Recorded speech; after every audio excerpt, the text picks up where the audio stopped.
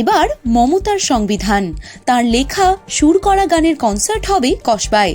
বাছাই ৩২ গাইবেন ইন্দ্রনীলেরা। মুখ্যমন্ত্রী মমতা বন্দ্যোপাধ্যায়ের লেখা এবং সুর করা গান নিয়ে একটি পুরো দস্তুর কনসার্ট হতে চলেছে কলকাতায় আগামী ১২ই জানুয়ারি। রবিবার কসবায় রাজডাঙ্গা খেলার মাঠে সূচনা হবে পিঠেপুলি উৎসবের।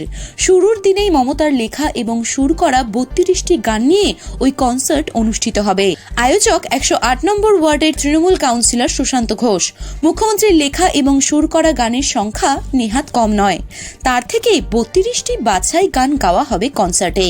ইন্দ্রনীল সেন, শ্রীরাধা বন্দ্যোপাধ্যায়, মনমোহন ভট্টাচার্যের মতো শিল্পীরা গাইবেন। ঘটনাচক্রে ইন্দ্রনীলও রাজ্যের মন্ত্রী, তিনি থাকেনও ওই রাজডাঙ্গা এলাকাতেই।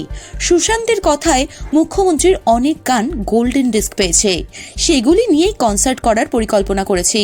উল্লেখ্য, গত কয়েক বছর ধরে রাজডাঙ্গা উৎসবকে অন্য পর্যায়ে নিয়ে গিয়েছেন সুশান্ত। ৫ দিন ধরে চলে সেই উৎসব, প্রচুর লোকজনও আসেন। এবার তাতে নতুন মাত্রা যোগ করতে চলেছে মমতার লেখা এবং সুর করা গানের কনসার্ট।